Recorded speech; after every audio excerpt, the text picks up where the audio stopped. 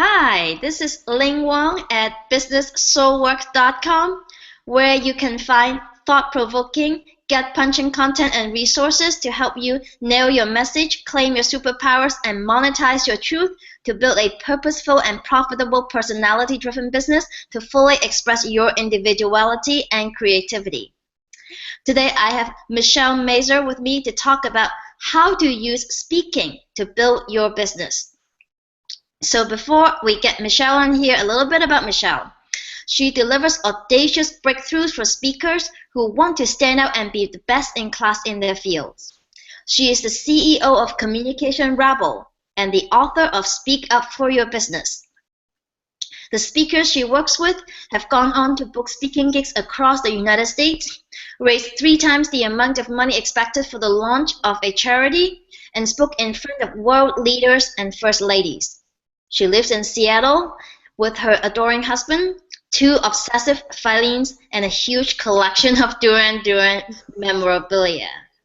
Yoo-hoo! Thank you for joining us today, Michelle. Thank you, Ling. I'm happy to be here. Awesome. I love your energy. It's going to be an awesome conversation. Okay, so speaking, a lot of people get intimidated by speaking. It's like, oh, speaking gigs, what am I going to do with it? Do I sell on stage? How do I present myself, right? Public, like people scare public speaking more than death. Yeah. So. Yes.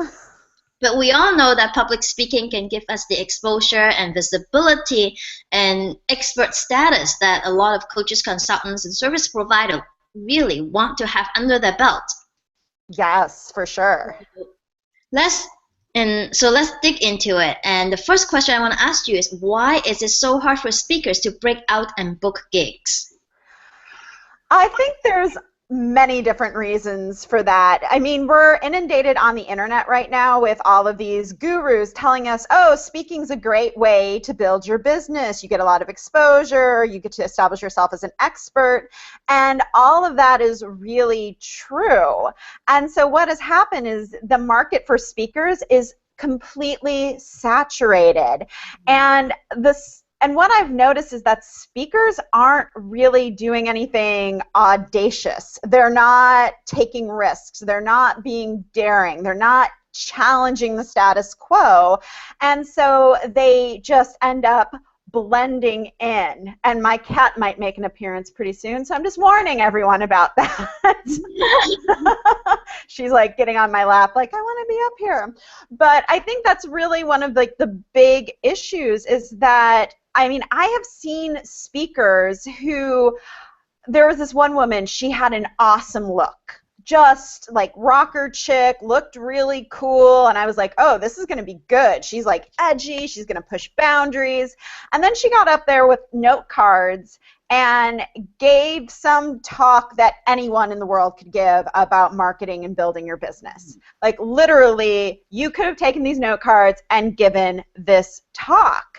And when you do that, you're not leaving a memorable impression. In fact, you're completely forgettable. So I think that is one of the reasons that speakers really fail to break out and book gigs is because there's nothing special about their content. They haven't taken the time to develop something that's really and truly unique to them, expresses their point of view, expresses their big idea. Instead, they recycle the same stuff over and over and over, and it's the stuff that everybody else is saying.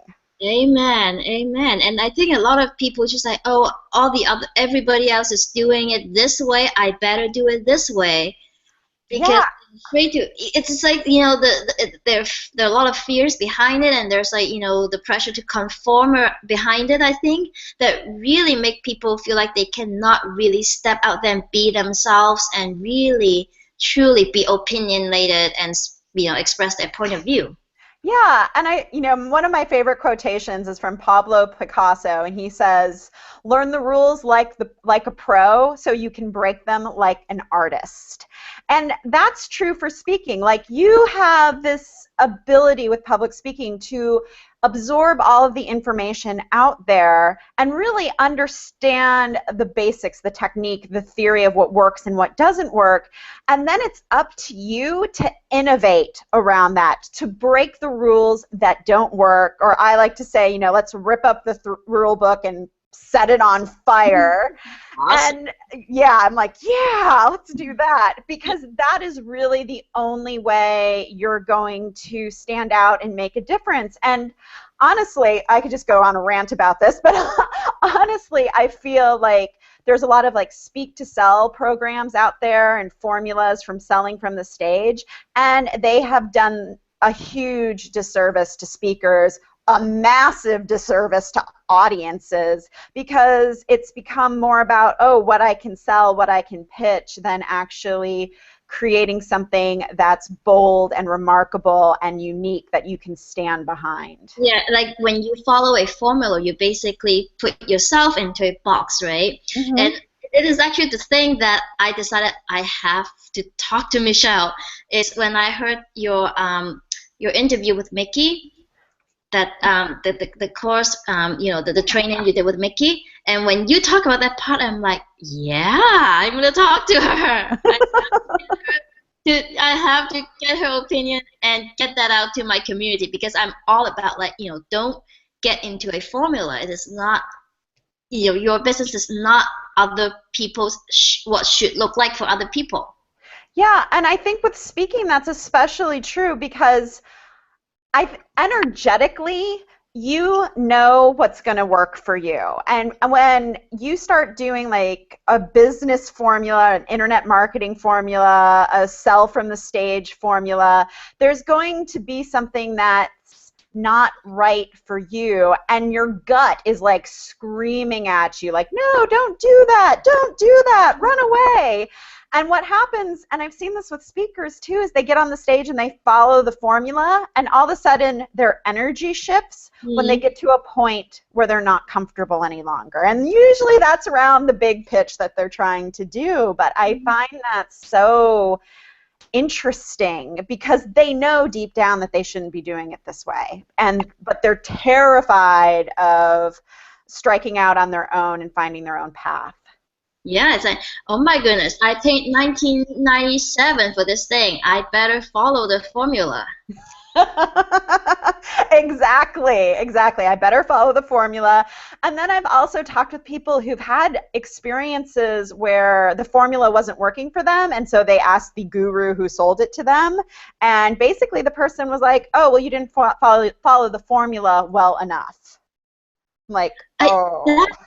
You know, that pisses me off. It's like we are making ourselves wrong for not, you know, for doing something that basically we didn't do anything wrong, but it was told to us that we did something wrong because we didn't get the result as advertised. Yes, yeah, and then, you know, you feel bad, and then you feel bad because you're not getting your return on investment, and it's just like this downward spiral, and it's not doing anyone any favors, quite frankly.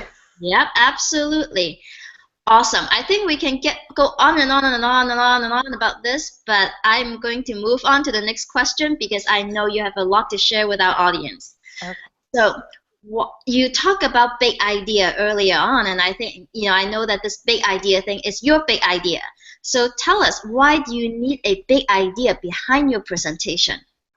Yeah, so the big idea, this is something that I work on with all of my speakers, because it is your viewpoint. It is really what you want to stick a flag into the ground and say, here I am, world, and this is what I believe.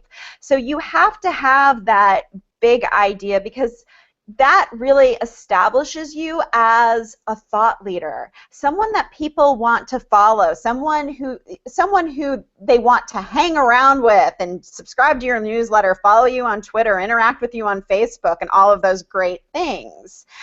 And if you don't have that big idea, or if your big idea isn't audacious enough or bold enough, then it's really hard for you to get traction with your audience or to build your tribe or to have a successful presentation. So that big idea is so pivotal that every presentation, before you type a word or open up PowerPoint or whatever you're using, is figuring out what that core idea is that you want people to talk about after your presentation is over. It's the one piece of value you're creating that if I saw Ling speak, I'd be like, oh, I just saw Ling speak and she was amazing and she talked about whatever the big idea is. And it's a way of, honestly, it's also a way of having your audience market for you. So it's the foundational piece of any presentation. Yeah, absolutely. And one question I like to ask my clients is, what do you want to be known for? And take that on the road. Like, beat the horse until it's dead and more dead and turn into a zombie. One person told me, I forget who I've heard this from, but I've heard it multiple times, is that you don't have to keep coming up with like new ways to talk about what you do. You find one way and then you just keep talking about it consistently in the same way. You use it in presentations, in sales copy, in your opt-in offer, all of that. And I think the big idea is that pivotal piece that you can start using throughout your business, not just in your presentation, but really can change the way you talk about your business. Absolutely. And if the big idea, my experience is that if the big idea is really big enough and really comes out from yourself, you can apply it to you. The things that you can apply to will surprise you. Yes. Like, you may feel like, oh my God, if I stick with this one thing, am I going to run out of things to talk about? It actually gives you more things to talk about because you can apply that big idea to everything that you talk about, and everything will then point back to what you offer. Yes. And I think that's the beauty of it. Yeah, and really it should be at the core of your speeches and at the core of your business. If you don't have that, you're going to fail to stand out. Like, I always love to talk about Ashley Amberger at the Middle Finger Project, because I think, you know, she has such an like a clear viewpoint. It's snarky, it's fun, she cusses a lot, but really her viewpoint is like, screw business as usual. And it's across everything she does, everything she writes. She's asking herself the question, is this really almost like F you enough for me to hit publish on? Yeah. Okay, so we know that big idea is going to be great, not just for a presentation, but for our business in general, right? How do you find that big idea? Yes, this is the big scary part of it, and I know you attended that training I did with Mickey on the big idea. So I'll just go through the 3 questions that I have everyone starts thinking about when they're trying to come up with their big idea, especially if they come to me and they know, oh, I want to talk about social media, or I want to talk about PR. We have to start really thinking about these 3 questions. And so the 3 questions are, number 1, what makes you go on a rant? Like, what just ticks you off, gets under your skin, and if you just get 5 minutes, you could just rant all day about it. And take that and write a list of all of those things that really bother you in your industry or in your field. The second question is, what do you completely geek out on in your business? And when I say geek out, I mean you can lose hours by doing this one thing. So psychologists call this like a state of flow, like where everything goes quiet, you're focused, time stands still, and you're truly at your best. To give an example, one of my clients that I worked with, she's a financial planner / money coach, and she geeks out on numbers and Excel spreadsheets because when she's in the zone, she's seeing the possibilities for her clients. And then the third and final question is, what are you afraid to admit about your industry? And this one is a scary one, and your big idea should scare you a little bit, in my opinion. But for me, this one, like getting clear on what I didn't like about presentations, that they were too speaker focused, that they really, it felt like the audience was bags of money sitting in their chair. That for me was like, oh wow, that's scary to go out there against all these big names and saying speak to sell is ruining presentations. Mm-hmm. But if you find that, it really gives you this great idea, opinion that you can stand behind yourself. Yeah, and I absolutely agree that that's the scary part is what is wrong with your industry because you are in that industry. It's almost like you have to muster up the guts to say what's wrong with what I have been doing. Mm-hmm. Yeah, I mean, and I know for me, like I tried some of those speak to sell like formulas in my own like speaking like several years ago, and they never felt right to me. It always felt gross. It always felt icky. And finally just being able to say, no, this isn't right. I really see presentations as a first date between the speaker and the audience. They're going out for coffee. And if you're on a coffee date with someone and all of a sudden they were, you know, pulling out financial forms and saying, okay, we're going to apply for a mortgage on this $1 million home. What's your social security number? You would run the other direction. But that's what speaking seems to become. It's like, hey, I just met you. Give me $1,000 or $2,000 and we'll work together after 20 minutes. And you're like, are you crazy? We don't have that level of trust or relationship. So that was, yeah. That's my scary viewpoint. Okay, and now I'm going to add this urgency thing because I want to create a stampede to the back of the room. Oh, I hate that. Run to the back of the room right now or you will miss out on this incredible offer. And I always wonder in the back of my head if they planted people in the audience to pop up and run to the back of the room to create that social pressure, because really that's what it is. As soon as someone pops up, someone else will pop up. But if everyone stayed in their seats, no one would ever go back there. I love that. I love it. Yeah, okay. So we have, now we talk about really standing out, right? And a lot of the way that I do things is, okay, what are you going to make, how are you going to stand out and be unique and really step up to own your uniqueness, right? Mm-hmm. Same thing is for your presentation, right? So how can you make your speech stand out from all the speakers who speak about that same topic? Because admit it, there's nothing new under the sun. The uniqueness that you bring to the table is you. So how do you stand out? Yeah, that's an excellent question.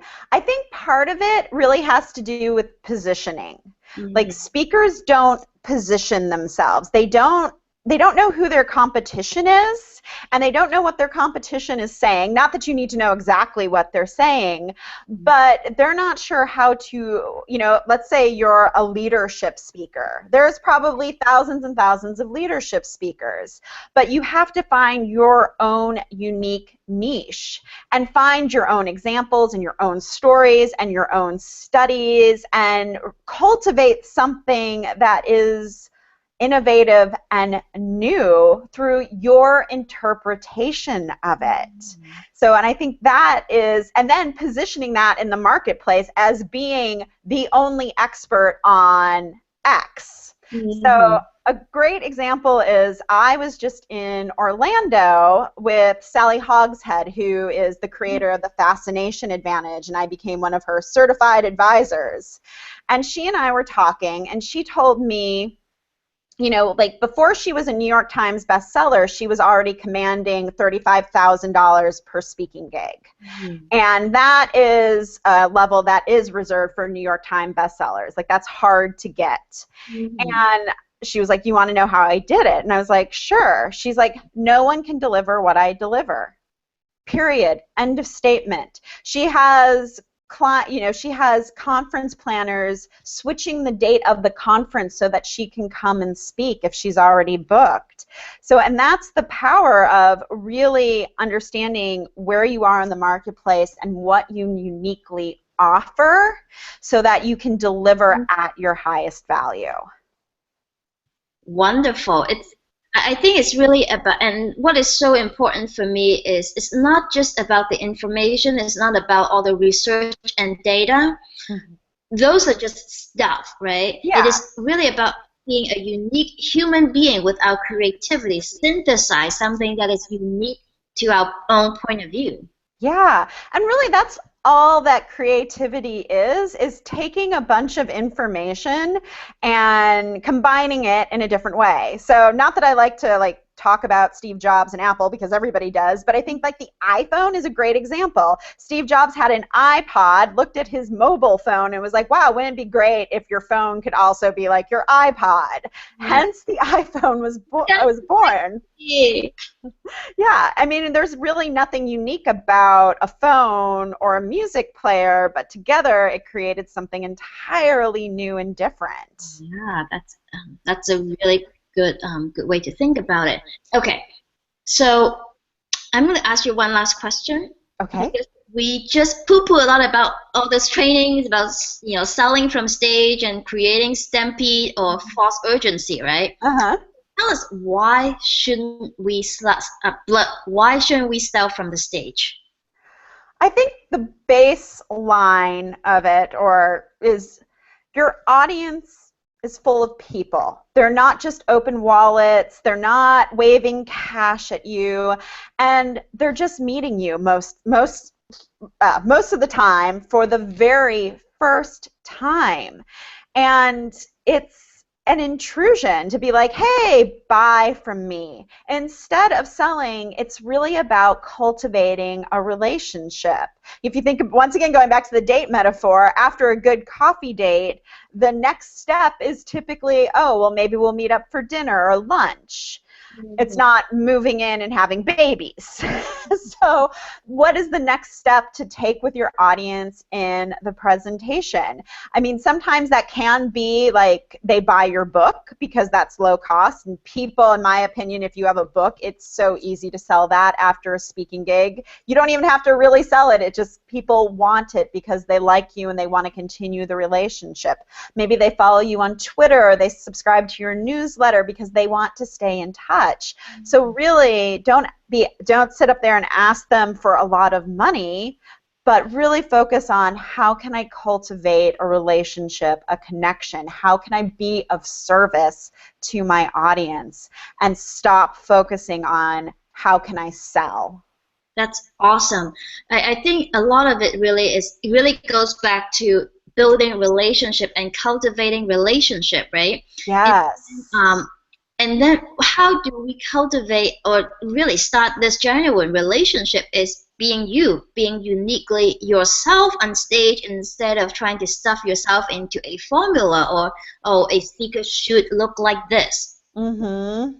Yeah, a speaker should dress like this, a speaker should do this on stage, hold your hands this certain way, like walk this certain way. There's so much minutia that really takes people out of their comfort zone as well, and then they're not comfortable on stage because they have this running to-do list. Oh, I moved my hand the wrong way. The presentation is ruined. And I know, that's not true. And they start beating themselves up before it's over. Yes. And that it's like that whole thing just trashed your mindset. Yes, exactly. All right. Wow, awesome. I love this conversation, Michelle. Thank you so much for sharing your expertise and experience with my community. This was fabulous. Yeah, I think we can go on all day about like all the things that we stuff ourselves into, but we're not going to kill people with a 4-hour Google Hangout because I know no one's going to click on play because it looks so intimidating. So tell people if they are ready to go against the grain and really, create presentation that's completely themselves. How can they find you? Yeah, you can find me at drmichellemazur, all one word, .com. And I'm also all over Twitter. My handle there is at Dr. Michelle Mazur. Mm. And there's a great blog with tons of information about going against the grain. So please come over, check it out. And if you have questions, I'm always hanging out on Twitter and you can always ask. Awesome. Tell me how we spell your last name. Sure, my last name is Mazur. Awesome. That helps. Awesome. Well, thank you once again. It has been awesome talking to you, and thank you so much for sharing your experience and expertise and rebel point of view with our audience. Absolutely. Thank you, Ling. Thank you. Bye. Bye.